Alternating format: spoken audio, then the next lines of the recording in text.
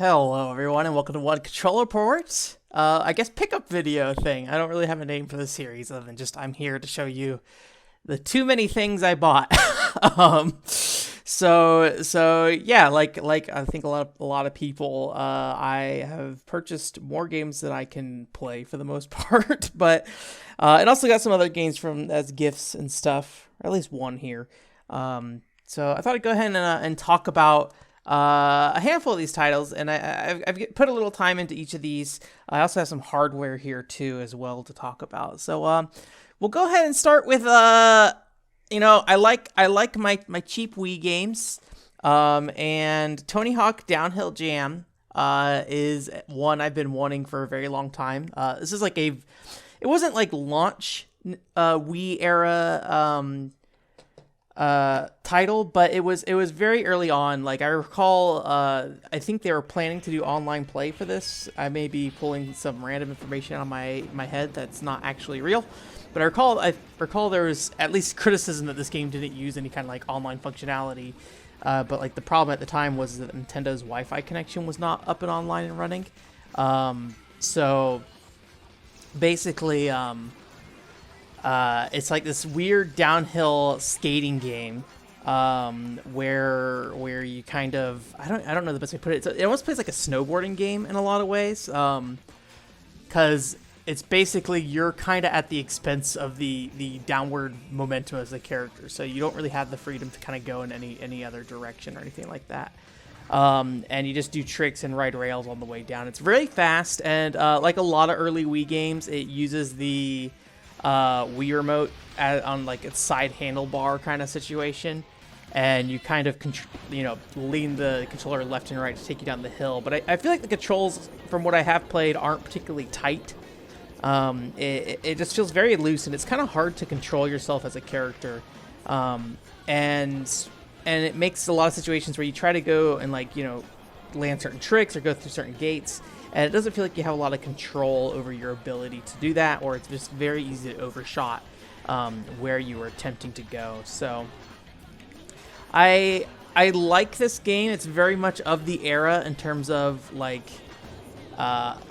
really kind of, I don't know, goofy dialogue. So the only person in here who's actual skater is Tony Hawk. Everybody else is like a SSX kind of over the top, stereotype kind of character. So there's like this lady with like a British accent, and there's like this, I don't know, I seem to recall very like stoner dude kind of dude, I guess. But yeah, it's an interesting Tony Hawk game. It maybe I haven't looked at Tony Hawk Ride in a long time, but I wonder if it has like some kind of, you can look at like how those games play a little bit and kind of compare it in terms of, Ride is a very on-rails kind of thing, and because this game is all downhill, it feels very on-rails in that regard. I've never played Tony Hawk Ride, though, so I cannot tell you for sure that's the case. So yeah, it's fun, but, I think if the control's a little tighter, it would play a lot better. I don't know when I plan to get to this. I've kind of built up a back catalog of racing games that I need to sit down and get through. I recently did Sonic Riders and had a good time with that, But yeah, another game I got, speaking of racing games, is Jeep Thrills for the Wii. This was a gift. I had my friend Tim come out here, and he stayed at my place and gave me a copy of Jeep Thrills. It's been kind of a joke, I guess, for the last few years between us, because I don't know, like if you look at the screenshots on these on the box art, it's like, oh, that kind of looks like a Excite truck, right? It's probably fine. It looks a little bit like a Excite truck. And then I went to his house and played it, and I didn't like the game. I thought it did not particularly control well, and I have a pretty, I don't want to say low bar, but I enjoy games that are a little funky in terms of quality sometimes.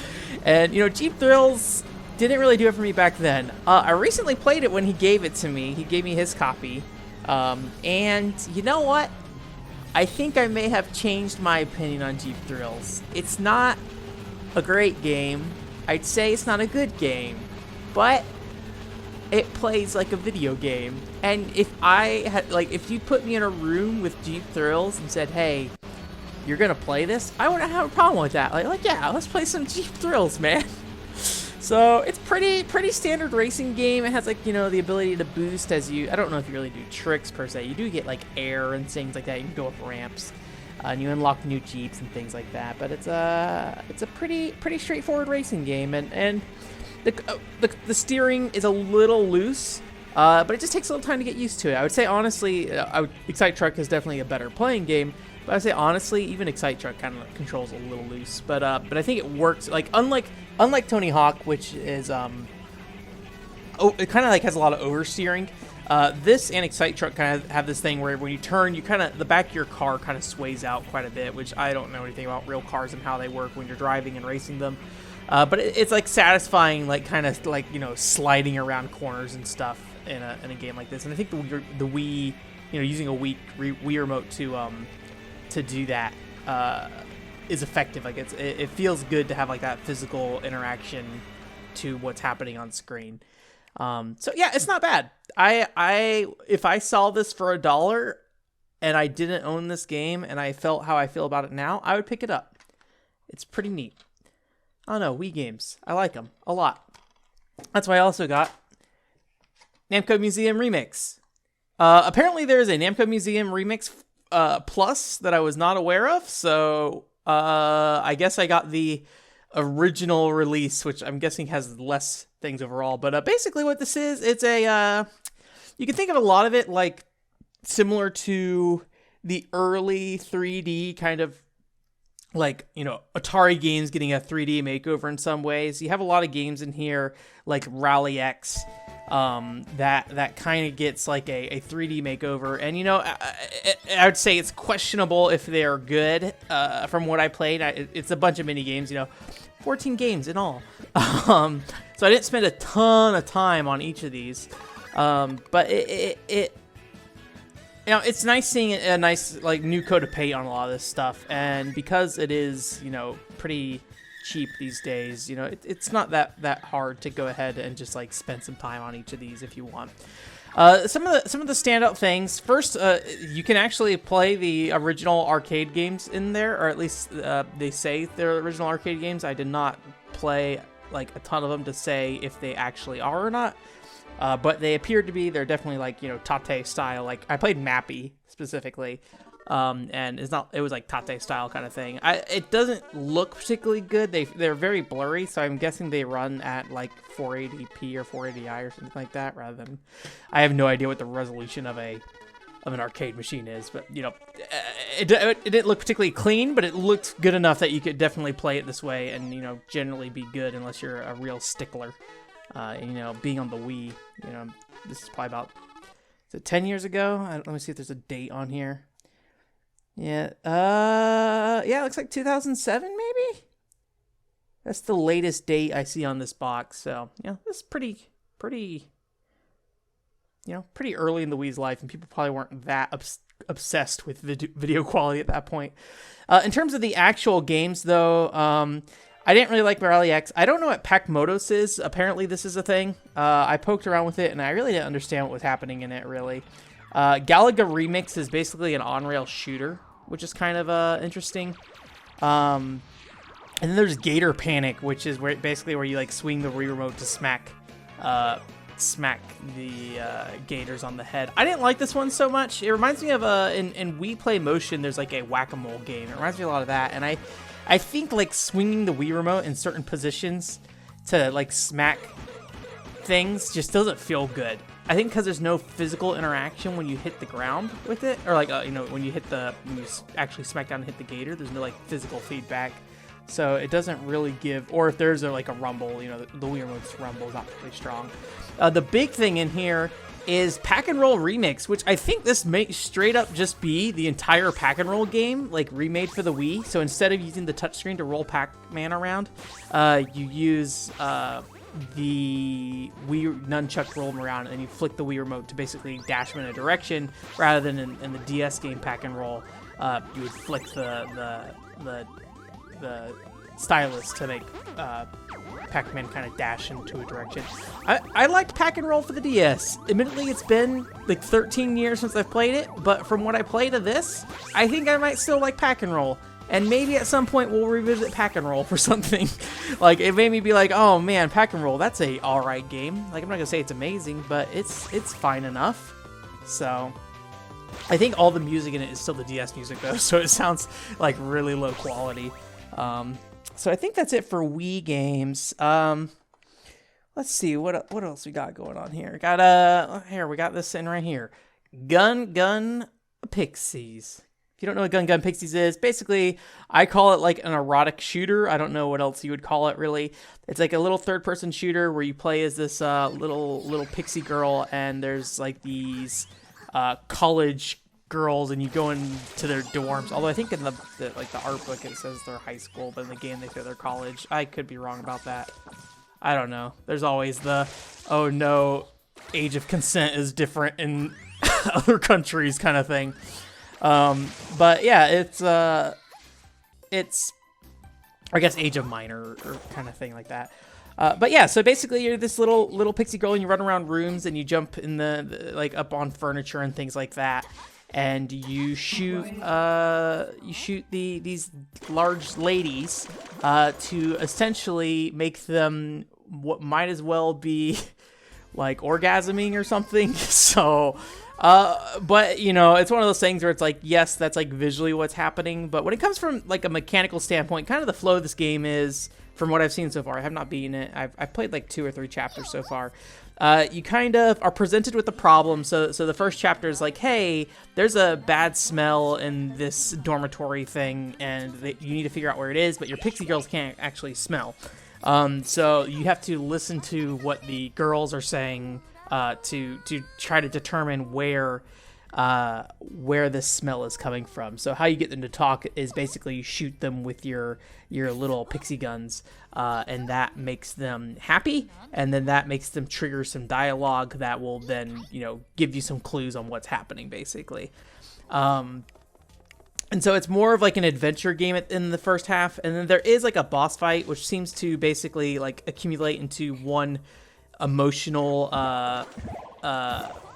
point in the story, and so those emotions seem to really be like the like bullets that shoot at you. So like tears and stuff will launch at you, and then like these like the I think it's like depression or something, or like these purple balls that like fall on the ground and roll towards you and things like that. And in that mode, you basically are shooting different body parts of the girl to increase the, I think it's endorphin thing or something.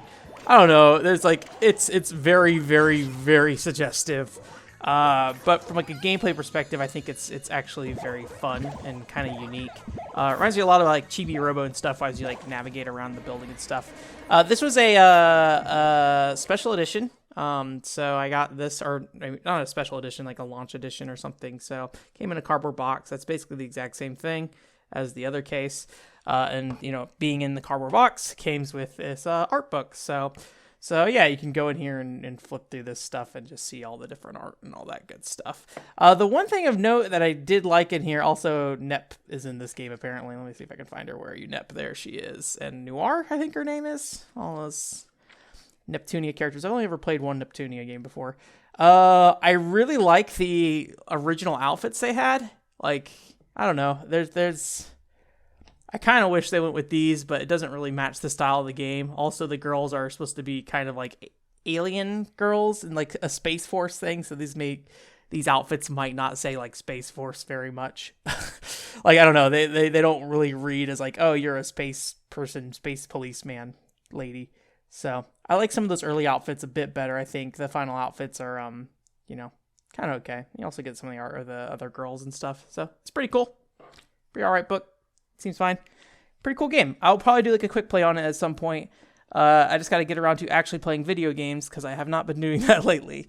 Let's see. Let's grab this. So I recently imported this. It is I guess you'd call it pilot version. It's a pilot version of a game called, like the English here obviously says 24 Tokyo. I think it's like the 24th District of Tokyo is what this like fully translates to. And it was by and it's from Comic Cat 86. I assume that's what the C86 is. And then it's by a circle called Studio Busk. And it's basically a visual novel. If you're familiar, if these characters look familiar, you might know the artist, which is the reason I know this game. Is it's Jin Kobayashi, I think his name is, and he did School Rumble and Natsuno Arashi and stuff like that.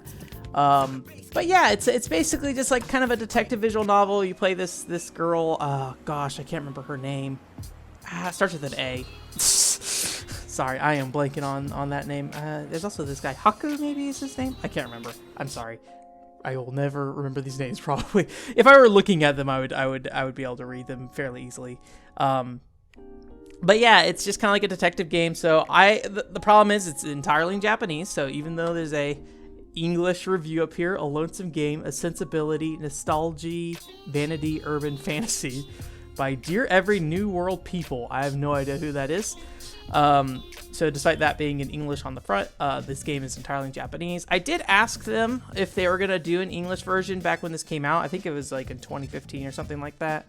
And they didn't, they said they were looking into it if there's a big enough range of support.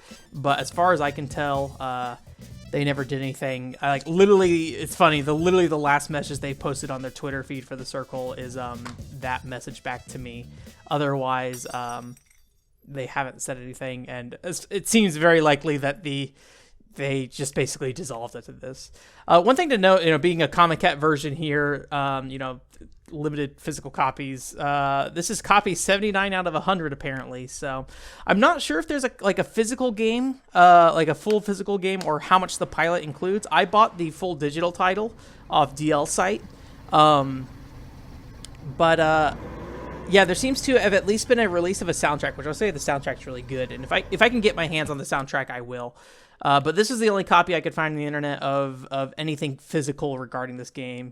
Being a Comic Cat release, it's or I think Dojin games in general, it can be pretty tough to just find the aftermarket stuff for a lot of these smaller titles. So I don't know. I like it. I wish, it's not like a First Kiss story or something because there's no voice acting or anything, and there's not a lot of animation, so it's very difficult to follow what's happening. But there is a lot of unique art which is nice. So you do at least get the setup of the scene, so you can see what characters are involved, what's happening with these characters, and you can, or at least not so much what's happening with these characters, but you can see what they're looking at and things like that.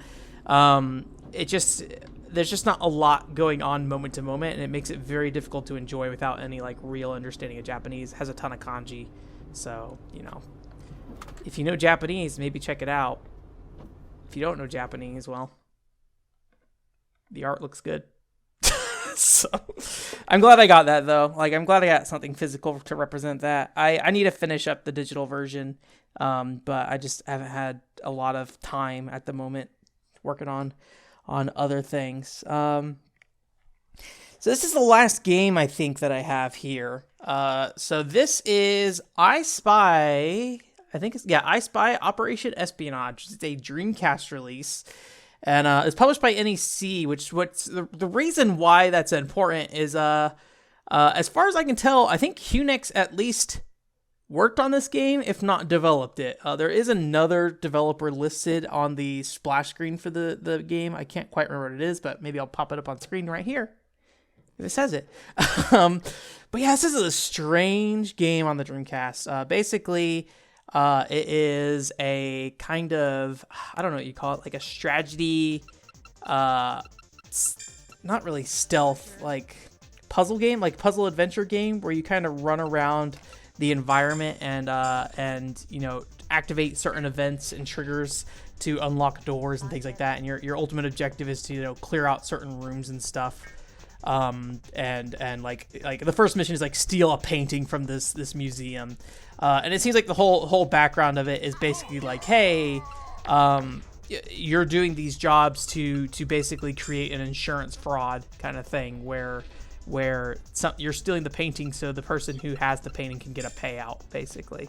So it's the character art, I feel like, is generally pretty nice. Like looking at the manual here, we got Gabriel, Ling, Sarah. So it's generally pretty nice, but the guys do have humongous hands, with the exception of Charles and any of the kids. So, but I think one of the ladies has pretty big hands too. She does too. Sarah has some pretty chunky hands too. I'm not really sure what determined who had what size hands, other than just, it looked nice. But yeah, it's a weird game. I think the biggest problem with this game is there's no real sense of where you're pointing someone to go. So when you actually are choosing where somebody should go, you're selecting from a menu of locations. So you say go to the guard room in the West Wing, but there's no map that's actively available for you to easily see where the guard room in the West Wing connects to the rest of the building, which is important because you're unlocking doors and stuff. So if you don't know where the doors unlock properly, you basically say go to the West Wing, and then they go get stuck on the door, and then you don't really know what device you need to go hack or something to open that door. It's difficult to figure out where you are and where you're going. There is a map you can pull up that does list the locations, but it's hard to direct people via at least the main in-game menu. But I haven't spent a ton of time with it. I think maybe the one thing thinking about how this game would work, you can pause the game and give instructions. Maybe if you pause the game, then you can kind of go around the map in the pause screen to direct where people should go. But I'd have to sit down and see if that's actually feasible. I only played the first mission and played a little bit of the second mission. And basically it seems like if you don't play effectively, you get a reduction of the amount of money and EXP you get to upgrade your characters. So yeah. Also, this is one of those games where if you put the Dreamcast disc in your PC, you can get some cool art. Cool art. I don't know why I said cool art. It's art. It's neat. I like that stuff because, getting high quality art assets from that time can be difficult unless the website was archived or something like that. So pretty neat game. I'm curious to see if in the credits Hunex is a big part of it or if it's not. Not sure when I'll get to this, but I really would like to. I think it's $40 right now, so it's not the cheapest game to get, but it's not that expensive either. On the Dreamcast, though, continuing the Dreamcast fun, I ran out of memory card space, so I bought another VMU. This is my second VMU. So when I was growing up, I never had a VMU for my Dreamcast. We only had a third-party memory card. I think it's the 2X memory card, so double the space. So a few years back, I bought a blue VMU because it was the cheapest one, and I tried to look online to see what other VMUs there were, and the green one seemed to be the next cheapest. So I might continue to try to get different colors, but some of them get expensive. I think the yellow VMU is $100 for a used one. I think red was fairly cheap. White VMUs are not as cheap as I'd expect, weirdly enough, and I don't see them new much. So I haven't really done much with VMUs, though, outside of, they do show the little display when you're playing games. So, I was playing Blue Stinger recently, and, Elliot's on the screen with the bazooka, just, shooting nonstop for no good reason. I did look up a list of games that did support VMUs. Pretty small list. So I did go ahead and boot up Evolution World, which Evolution has a linear clock, which is, if you don't know, linear is the female main character of Evolution World. She's this blonde lady who has a ocarina that she plays or something. And so linear clock is not a video game. It's literally just a clock. Let me see. I might be able to get this a little more visible for you guys real quick. Let me bump the focus up here. I think I'm 30-ish maybe. There we go. That's probably good. And then let me see if I can move the exposure a little bit. Make it a little brighter. Yeah. So she's there. You can press buttons and she reacts. She's going to sing you a little song. She doesn't actually sing anything. There's no sound. And yeah, that's her, basically. So I know Sonic Adventure does have some Chow stuff that you can do.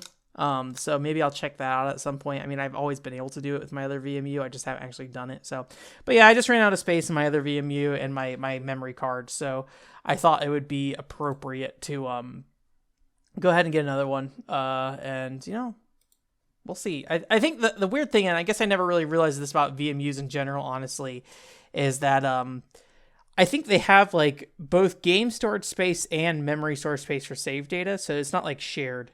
So I think that's why those third-party memory cards were able to do more space, because they basically just like forfeited the game storage space in favor of more save data space. Oops. Well, I just dropped that VMU on the ground, so it's okay. Did not break the screen. Oh no, I can't get the thing back on. There it goes. Apparently there's a right way to put this on, because if you put it on this way, it does not work. Anyways, nice aside. The other thing I got for Dreamcast recently, and I didn't really mean to get this, but I had a conversation with my dad about some Dreamcast related stuff. I basically was looking into trying to load save data onto a VMU to check out some Sonic Adventure DLC, and I was like, that's not really worth my time or money. And then I was telling my dad about how I need to eventually get a VGA box, and I looked it up, and I think this is the VGA. Oh man, it's like the Toro box version 2 or something weird like that. I don't remember. The Toro, like the company that sells this, it says Kuro on there, so I don't know. The company that sells this sells a bunch of different products, but this one seemed right. I don't remember what it was exactly off the top of my head, unfortunately. But it's a VGA box, so basically we have a little Dreamcast connector here. And surprisingly, like I didn't expect this, like the sides are just completely open here. They're not like covered up. So you just have the board here that's like kind of sandwiched between two pieces of plastic. And yeah, you can basically use a SCART cable and get like a 480p, and you also use VGA, which is right there. But you can get like a 480p connection out of your Dreamcast, which the Dreamcast supported at the time. I think there is like an official VGA box, I believe. But the big thing is I need to connect this to my FrameMeister, so I got this little I think it's JP21 to SCART connector here, and so that connects to my FrameMeister, and then this connects to the Dreamcast, and you can switch between doing either a VGA mode. You might be able to. It's a little hard to see, but there's like a VGA and a RGB mode. You can switch between those two. So I've mainly left it in VGA, and it seems like most games I'm playing support VGA. So it's been good, and yeah, I played quite a few games using this when I first got this. Well, I got this and then forgot to buy the SCART cable itself to like connect these two parts here. So I was like, oh no! So I bought the SCART cable that runs between it, and then checked out a lot of games. And you know, I was surprised most of my games do support 480p as far as I can tell, which I don't know if that's normal for Dreamcast, but if you don't know, like Dreamcast, GameCube, Xbox, and PS2, like it's kind of a crap shot if a game supports 480p or not. Sometimes the game can support 480p, and you just basically force the game to do so, and it's okay with it. But a lot of times they weren't really developing it with it in mind. So even though they could do it without any problem, they just never thought about it because people weren't really using, you know, I guess a digital connection maybe is maybe the word. I don't know if VGA is technically digital, but that kind of connection at the time, and then component cables on other systems, and you know, connecting it to like a digital display. So yeah, it's nice because these games basically look like playing a GameCube or Xbox game, which I've always used composite or S-Video, and using pretty cheap S-Video cables at that. So it was a nice like bump in quality, and it was fun. I got to sit down and play through a bunch of Dreamcast games, and you know, Dreamcast is a system I haven't really invested a ton of time into. I'd love to play more on it, and it's just you know, even back when I first started buying more Dreamcast games were getting more expensive, and I mean they weren't expensive at the time. Most of them weren't, at least very expensive, but you know, I was a high school kid, so I didn't really have a ton of money, and a college kid, so I didn't get to get nearly as much as I would like to. So thankfully I did like kind of build a really strong GameCube collection, but I never did Dreamcast. And my Dreamcast collection still today feels kind of lacking. I maybe have like, you know, 15, 20 games on it. So, but I had a great time playing the games I did on this, and I really am looking forward to maybe doing some more Dreamcast related stuff in the future. And having this here will definitely open it up to the point that I feel good about it. You know, I sometimes, especially if I want to make like a real video about a game, I like to play on original hardware. I like to have, you know, the best quality picture I can, but I also want to give you like, you know, a reasonable quality that isn't, you know, unfaithful to what the system was originally able to output, kind of thing.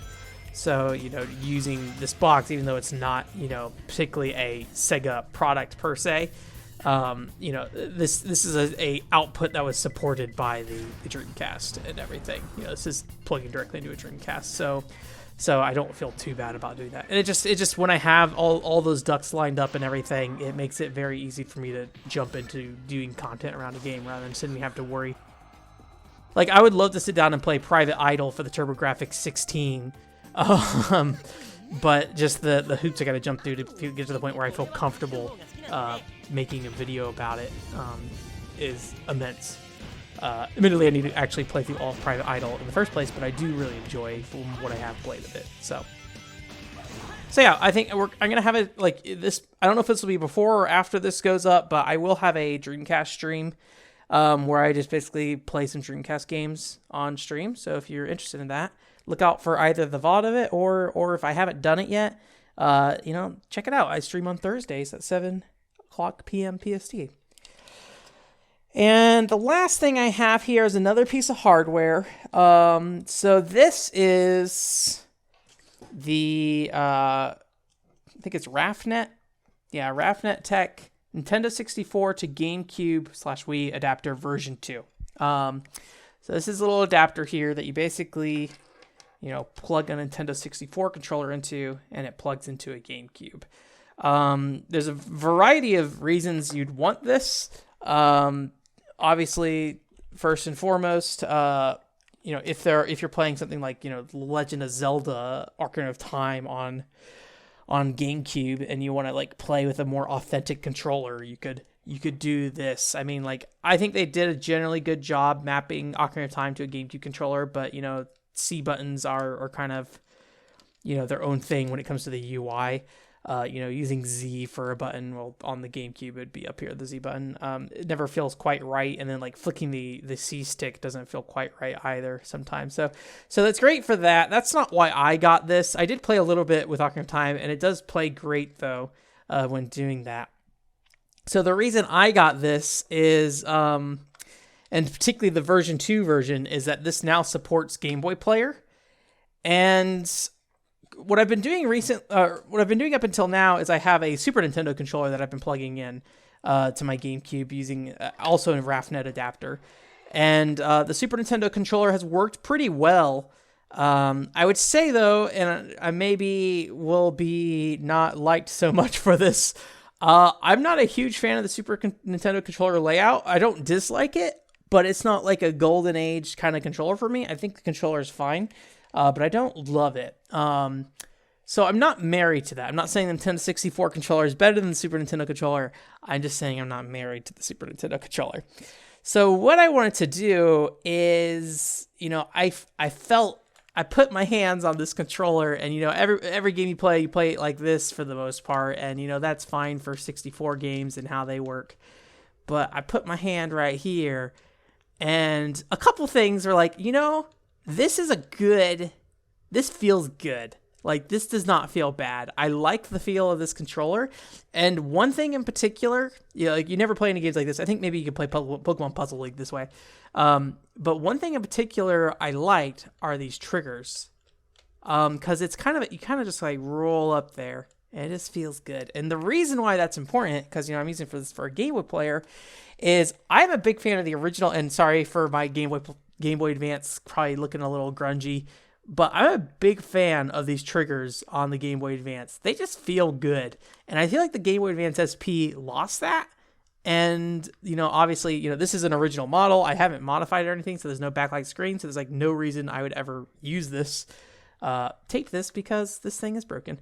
There's like no reason I'd ever use this for anything, but it feels good. I mean, I could plug this into a Game Boy player, but, you know, then I have to, you know, put in batteries, and my Game Boy Advance is kind of in crappy shape already. And so if the Game Boy, like, if the Game Boy Advance cable supplied power to the Game Boy Advance from the GameCube. I think I'd be more into using this as a controller for that. But it's not my favorite way to go about that, like just because of the battery situation. So I was like, man, 64, like these feel pretty dang close in terms of how like your fingers kind of rolls on it. And then even though the B and A are like at different heights, because on the Game Boy Advance, the B's here, the A's here, basically, like it's still just the 2 buttons, which is nice. And then also, you have L and R start. The only thing you're really missing is the select button. And I'm actually not sure where it maps the select button. The reason I'm not sure is that even though I bought this and have messed with it, I can't actually get this thing to work properly. So there's a couple of ways I've tried it. So obviously I tried it for Ocarina of Time and it worked great. I didn't have any problems at all.